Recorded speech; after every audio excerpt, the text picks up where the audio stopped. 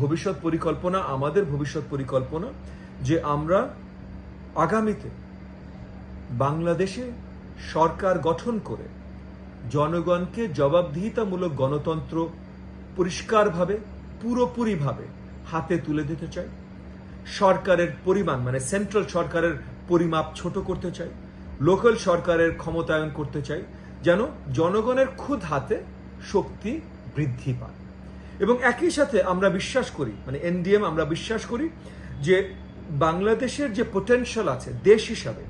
এবং এই যে 17.5 কোটি জনগণ, আমাদের যে পোটেনশিয়াল আছে, আমাদের পোটেনশিয়াল আছে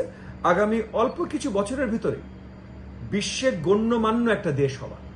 মানে আজকে যেমন ইকোনমিক ডেভেলপমেন্ট বা মানে অর্থনৈতিক ডেভেলপমেন্টের জন্য মানুষ সাউথ কোরিয়ার দিকে তাকায়, মানুষ জাপানের দিকে তাকায়, আমরা বিশ্বাস করি যে বাংলাদেশের ওই পোটেনশিয়ালটা আছে আগামী 10, 15, 20 বছরের ভেতরে